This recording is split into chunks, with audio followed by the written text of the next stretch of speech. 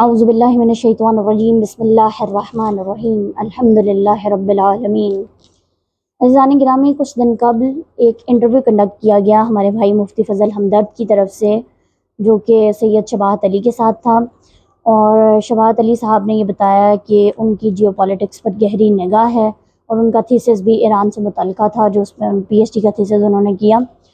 انہوں نے اس میں بہت ساری چیزیں کیں جو مجھے لگتا ہے جو گفتگو تھی ان کی وہ آدھی ادھوری تھی، اس میں نامکمل باتیں تھیں جن کو تفصیل سے ڈسکس کرنا بہت زیادہ ضروری ہے، کیونکہ انہوں نے صرف ایک سائیڈ کا پوائنٹ آف ویو رکھا ہے تو مکمل بات نہیں کی۔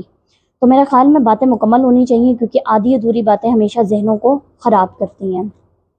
تو میں کچھ چیزیں ڈسکس کرتی ہوں کہ شباہت علی صاحب نے ایک ڈسکشن کی کہ ایران پر اقتصادی پابندیاں بہت زیادہ ہیں۔ یہ بالکل حقیقت ہے، اقتصادی پابندیاں بہت زیادہ ہیں، جس کی وجہ سے ریٹ آف انفلیشن جو ہے وہ بھی زیادہ ہے، مہنگائی بہت زیادہ ہے، اور عوام واقعاً مہنگائی کے مارے ہوئے ہیں۔ وہی حالات ہیں جو پاکستان میں ہیں، بلکہ پاکستان کی نسبت بھی ایرانی روپے کی قدر بہت کم ہے۔ تو حالات تو واقعاً خراب ہیں، یہ بالکل حقیقت ہے۔ اور سعودی عربیہ اور ایران کی دوستی کے حوالے سے انہوں نے کہا کہ ایران کو اس دوستی کا بہت زیادہ فائدہ ہوگا۔ بالکل فائدہ ہوگا، ایران کو بھی فائدہ ہوگا اور سعودیہ کو بھی فائدہ ہوگا۔ تو ان تمام چیزوں کو نا ایکولی ڈسکس کرنا بہت زیادہ ضروری ہے۔ ایران کو تو یہ فائدہ آپ نے بتایا کہ اس کو ایک منڈی مل جائے گی، کیونکہ اس کے پاس چیزیں ایکسپورٹ کرنے کے لیے بہت زیادہ ہیں، لیکن اس کے پاس بیچنے کے لیے کوئی جگہ نہیں ہے۔ تو آپ کو میں بتاتی چلوں کہ بالکل ایسا ہی ہے، اس پہ پابندیاں بہت زیادہ ہیں اور وہ کہیں نہیں بیچ سکتا۔ اور اگر سعودی عربیہ کے ساتھ یہ جو دوستی کی خبر آ رہی ہے بڑی خوش آئند ہے، اس سے ان کو یہ فائدہ ہوگا، لیکن سعودی عربیہ کو بھی فائدہ ہوگا۔ آپ یہ دیکھیں کہ سعودی عربیہ کو پتہ ہے کہ امریکہ کے ساتھ دوستی جو اب تک ان کی رہی ہے اس کے نتائج کیا ہوتے ہیں۔ امریکہ کی جہاں جہاں دوستی تھی، جس کے ساتھ دوستی تھی، جس ملک میں ان کی دوستی تھی، وہ ملک تباہی کے دہانے پر پہنچ گیا ہے، اور ہر جگہ جنگیں چل رہی ہیں۔ تو آپ کو پتہ ہے کہ سعودی عربیہ کے ساتھ بھی معاملات مستقبل میں جب ان کے مفادات پورے نہیں ہوں گے تو حالات کچھ اسی طرح کے دیکھے جا سکتے ہیں آگے۔ تو آپ یہ دیکھیے کہ ان کے مقابل، امریکہ کے مقابل جو بھی کھڑا ہوگا اس پہ اب اقتصادی پابندیاں لگیں گی، ٹھیک ہے۔ تو اس میں جو ہے یہ کوئی پریشانی والی بات نہیں ہے، بلکہ اگر آپ اوائل اسلام کی بات کریں تو وہاں پر آپ دیکھتے ہیں کہ رسول خدا صلی اللہ علیہ وسلم اور مسلمانوں کی حالت بہت کمزور تھی، کہ ان کے پاس کچھ نہیں تھا، اور کفار مکہ نے ان کو ایک محصور کر دیا تھا شیب ابی طالب میں، جہاں رسول خدا اور ان کا خاندان اور بی بی خدیجۃ الکبریٰ سلام اللہ علیہا اور سیدہ فاطمہ الزہرا اور ان کے باقی جو ہیں رسول خدا کے اصحاب بھی کچھ ان کے ساتھ تھے۔ تو آپ یہ دیکھیں کہ اس دور میں بھی رسول خدا صلی اللہ علیہ وسلم پر پابندیاں لگیں، اور وہ اسی وجہ سے لگیں کہ وہ کلمہ گو تھے، وہ اللہ کے دین کی بات کرتے تھے۔ تو اگر جو انقلاب مصطفی ہے اس کے بعد رسول خدا پر پابندیاں لگتی ہیں، اور اس وجہ سے اگر مسلمان بدزن ہو جاتے تو کتنی وہ حیرت انگیز بات ہوتی۔ تو ہمارا دین تو ہمیں سکھاتا ہی یہی ہے کہ اقتصادی پابندیاں ہوں یا معاشی پابندیاں ہوں، جس طرح کی پابندیاں ہوں، آپ اس میں سروائیو کرنا سیکھیں۔ آپ یہ دیکھیں کہ خاص بات یہ ہے کہ پاکستان کے ساتھ اگر ہم کمپیریزن کریں ایران کا، تو آپ دیکھیں کہ ہمارے تو بلکہ بڑی خاص پرسنالٹی کے ساتھ ایک جملہ بڑا وائرل ہوا تھا کہ میں مانگنے نہیں آیا، میں تو بس مجبوری ہے۔ تو یہ تمام چیزیں ہمارا تو ہمیشہ کاسا ہاتھ میں، اور ہم ہاتھ پھیلائے کھڑے ہیں۔ ایران کا آپ یہ کسی ملک کے ساتھ نہیں دیکھیں گے کہ انہوں نے کسی کے آگے ہاتھ پھیلایا ہو، یا کسی سے مدد کی درخواست کی ہو، یا IMF کے ساتھ ان کے کوئی مذاکرات چل رہے ہوں، یا انہوں نے کبھی کوئی قرض لیا ہو۔ ایسے معاملات نہیں ہیں۔ تو وہ جو چیزیں بناتے ہیں اپنے ملک میں بناتے ہیں، اپنے ملک میں ہی استعمال کرتے ہیں، کیونکہ ایکسپورٹ کرنے پہ تو ان پہ پابندی عائد ہوئی ہے۔ تو اس میں معاملات یہ ہیں کہ اگر آپ یہ کہتے ہیں کہ انقلاب کی وجہ سے لوگ ضد انقلاب بہت زیادہ اس کو جو ہے نا اٹھایا گیا، اور وہ امریکہ کی طرف سے ہی اٹھایا گیا تھا، کیونکہ امریکی مفادات اسی میں ہے کہ وہ ملک توڑا جائے جو اس کے سامنے جھکتا نہیں ہے۔ کہ اصل جنگ تو یہی ہے، اپنے سامنے محکوم دیکھنا چاہتا ہے امریکہ، تو وہ ایران محکوم ہوتا نہیں ہے، اس وجہ سے وہ چاہتا ہے کہ اس کو توڑ دیا جائے تاکہ یہ میرے سامنے جھکیں آگے۔ تو اب آپ دیکھیے کہ یہ نہ جھکنے کی پھر کچھ تو قیمت ادا کرنی پڑتی ہے نا. اور مہسا امینی کی موت کی آپ نے وجہ دی کہ انقلاب سے لوگ اس لیے بدظن ہو گئے ہیں. تو میں آپ کو بتاتی چلوں کہ انقلاب سے بدظن اگر وہ مہنگائی کی وجہ سے ہوئے یا مہسا امینی کی وجہ سے ہوئے ہیں، تو میں آپ کو یہ بتاؤں کہ یہ بالکل وہی حالات ہیں جو یہاں پر 9 مئی کے ہیں. تو آپ کو پتہ ہے کہ ان واقعات میں 9 مئی کے واقعات میں کیا کیا محرکات تھے اور کس کو فائدہ ہوا ان تمام واقعات سے، کن کن پارٹیز کو فائدہ ہوا. یہ تمام چیزیں ہمارے سامنے ہیں، اس کو میرے خیال میں ڈسکس کرنے کی ضرورت نہیں ہے. تو ایران کی بھی خودداری اور اس کی اسلامی غیرت کو توڑنے کے لیے امریکہ نے ضد انقلاب کو ایکٹیویٹ کیا اور یہ مہسا امینی والا واقعہ کروایا. ٹھیک ہے. تو یہ تمام چیزیں جو ہیں یہ پالیٹکس کا حصہ ہیں. ان تمام چیزوں کو ذرا کلیئرلی بیان کیا کیجیے. اور اگر آپ نے وہ احتجاجی مظاہرے دیکھے ہیں جو ایران میں ضد انقلاب نے کیے ہیں، تو پھر آپ کو وہ بھی دیکھنے چاہیے تھے جو انقلاب کے حق میں کیے گئے ہیں. تو میرے خیال میں اس سے ذرا چیزیں واضح ہو جاتی. تو آپ یہ دیکھتے ہیں کہ امریکہ جہاں جہاں گیا، دوسری بات میں اگر کروں تو امریکہ جہاں جہاں گیا اس نے وہاں پر تباہی کی ہے. آپ افغانستان کی صورتحال دیکھیں تو امریکہ وہاں سے نکلا اور کس قدر تباہی ہوئی کہ اب جو ہے وہ تھوڑا سا ان کا اسٹیبلٹی کی طرف اللہ کریں، امید ہے کہ انشاءاللہ وہ آئیں گے، ہم دعا کرتے ہیں. اور افغانستان کی بات کریں، ذرا ایران عراق کی جنگ کی بات کریں تو وہ بھی آپ کو پتہ ہے کہ کیا کیا محرکات تھے، اس میں امریکہ انوالو تھا. اسرائیل کو مسلمانوں کے درمیان، مسلمانوں کے قلب میں اسرائیل کی آباد کاری کرنا، یہ بھی امریکہ کے مفادات ہیں، اور امریکہ اپنے ہی مفادات پورے کرنے کے لیے یہ تمام چیزیں کر رہا ہے. تو یہ دیکھیں کہ آپ یمن میں دیکھیں جنگ جاری ہے، اور آپ اگر دیکھیں بیروت کی لبنان پہ اسرائیل کا جو حملہ تھا، وہ 33 روزہ جنگ، وہ بھی آپ کو یاد ہوگی. تو یہ تمام چیزیں جو ہیں امریکہ نے جہاں جہاں پاؤں رکھا ہے وہاں پر تباہی ہوئی ہے. آپ دیکھیں ہمارے اڈے استعمال کیے گئے تھے افغانستان کے خلاف، تو آپ افغانستان کے عوام کا ذرا حال دیکھیں کہ ان کے دل میں سافٹ کارنر ہے انڈیا کے لیے جو غیر مسلم ملک ہے، اور ہمارے لیے نفرت ہے. تو یہ تمام چیزیں جو ہے نا یہ پالیٹکس کا حصہ ہیں. ان تمام چیزوں کو ذرا کھل کے بیان کیا کیجیے. اور ذرا اس سے ہم آگے بڑھتے ہیں تو آپ یہ دیکھیں کہ اقتصادی پابندیاں ان پہ لگیں، ہم پہ نہیں ہیں. ہم پھر بھی ہاتھ پھیلائے کھڑے ہیں، لیکن انہوں نے ہاتھ نہیں پھیلایا. تو یہ چیز تو ہمیں ان سے سیکھنی چاہیے نا، ایران سے. تو یہ تمام چیزیں جو آپ کو پتہ ہونی چاہیے. دوسری بات آپ نے کہا کہ ایران مختلف ممالک میں گھس کے کارروائیاں کرتا ہے.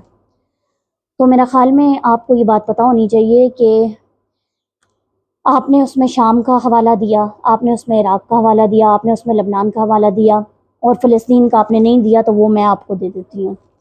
آپ یہ دیکھیے شام میں، عراق میں ہمارے ائمہ کے روضے ہیں، ان کی قبور ہیں، اور ان کی حفاظت کے لیے جب اسرائیل یا امریکہ ڈائریکٹلی انڈائریکٹلی حملہ کرے گا، اور وہ ایک فتنہ جو داعش کا فتنہ عراق میں اس کی بنیاد رکھی امریکہ نے، اس فتنے کو وہاں پر شام میں بھی منتقل کرے گا، تو ظاہر ہے پھر جب مجتہدین فتویٰ دیں گے تو اب ایرانی عوام بہت خوددار ہے، وہ ان مزارات کی حفاظت کے لیے بالکل نکلے ہیں اور انہوں نے اس کی حفاظت کی ہے. تو وہ ڈھکے چھپے، اور آپ نے بھی یہ کہا کہ وہ ڈھکے چھپے الفاظ میں نہیں کرتے، بلکہ وہ کھل کے کرتے ہیں، اور وہ مانتے ہیں کہ ہماری اتنی شہادتیں ہوئی ہیں. بلکہ جنرل قاسم سلیمانی، ان کی شہادت بھی عراق میں ہی ہوئی ہے، اور حشد شعبی کی بنیاد رکھی تھی انہوں نے. تو یہ تمام چیزیں جو ہیں یہ جیو پالیٹکس ہیں، اور ان کو ذرا مکمل بیان کیا کیجیے. ٹھیک ہے. اور ہم اپنے مقامات مقدسہ کو نہیں چھوڑ سکتے.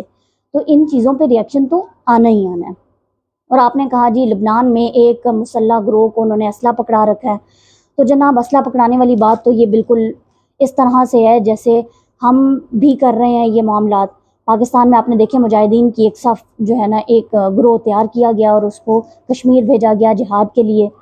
تو اسی طرح سے ہے فلسطین میں حماس کی باقاعدہ پشت پناہی ایران نے کی ہے، اور بالکل کرنی چاہیے، بلکہ تمام مسلمان ممالک کو کرنی چاہیے. ہم تو ہر وقت فلسطین کے لیے آواز اٹھاتے ہیں. پھر آپ نے دیکھا کہ اسرائیل سے حملہ کروایا جاتا ہے لبنان پر، تو لبنانی عوام نے بڑا ڈٹ کے مقابلہ کیا اور اسرائیل کو منہ توڑ جواب دیا.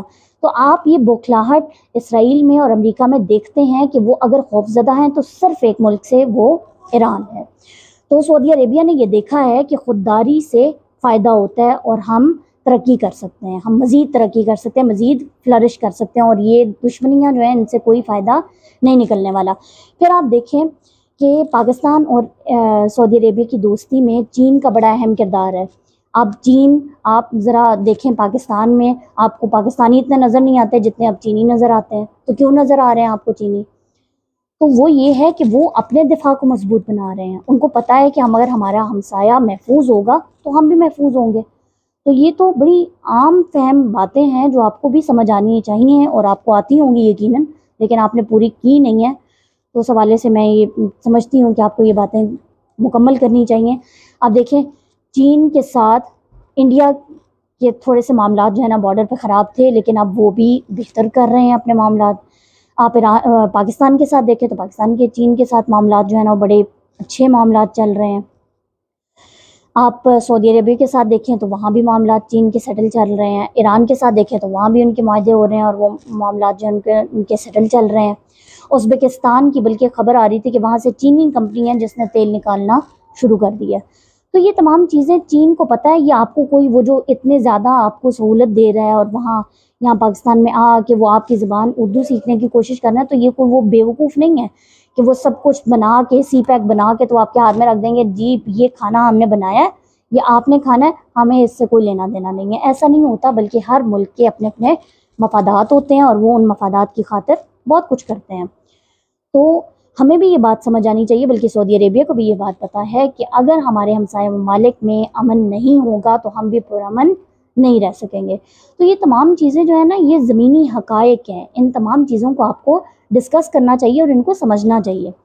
آپ ذرا ایک اور بات کرتے ہیں کہ یہاں تک دیکھیے کہ ایران تو آپ کی مدد کے لیے، پاکستان کی مدد کے لیے بھی آتا ہے. اس نے گیس کی آپ کو آفر کی کہ ہم آپ کو گیس پائپ لائن بچھا دیتے ہیں، وہاں پر جو ہے نا اس پہ کام ہونا چاہیے اور ہم سے لے لیں. ٹھیک ہے، تو ہمارے کیا ہوا؟ ہمارے تو معاملات جناب یہاں پچھلے سال جو سیلاب آیا تھا اس میں ایرانی امداد آئی تھی، ٹرک آئے تھے، اور میں نے باقاعدہ ویڈیو دیکھی کہ اس میں ٹماٹر کا پورا ٹرک انہوں نے ضائع کر دیا. یہ کافر ٹماٹر آیا ہے، اندازہ لگائیے. یہ ہماری جہالت ہے، ہماری قوم کی جہالت ہے. ٹماٹر کا پورا ٹرک ضائع کر دیا کہ یہ کافر ٹماٹر ہے، اور انڈیا سے آئی ہوئی چیزیں وہ بخوشی استعمال کر رہے ہیں. یعنی ایک غیر مسلم ہندو ریاست سے آئی ہوئی چیزیں آپ کو عزیز ہیں، آپ وہ استعمال کرتے ہیں، اور مسلمان کی دی ہوئی چیزیں جو ہیں وہ آپ کو بری لگتی ہیں، آپ کو کافر لگتی ہیں. تو یہ تمام چیزیں جو ہے نا یہ چیزیں ڈائریکٹلی انڈائریکٹلی یہ ٹسل سعودی عربیہ اور ایران کی رہی ہے. اور اللہ کرے کہ یہ معاملات اب ختم ہوں اور دوستی کی یہ جو خبر آئی ہے انشاءاللہ یہ خوش آئند ہو اور اس کے فائدے ہوں پاکستانی عوام کو بھی، بلکہ پوری دنیا کو، مسلمان امت کو اس کا فائدہ ہو. کیونکہ دیکھیں اگر حالات سعودی عربیہ کے خراب ہوتے ہیں تو آپ کو کیا لگتا ہے کہ ایران مدد نہیں کرے گا؟ میرا خیال میں جو صف اول میں ملک کھڑا ہوگا سعودی عربیہ کی امداد کے لیے، اگر سعودی عربیہ پہ کوئی مشکل وقت آتا ہے تو میرے خیال میں وہ ایران ہی ہوگا.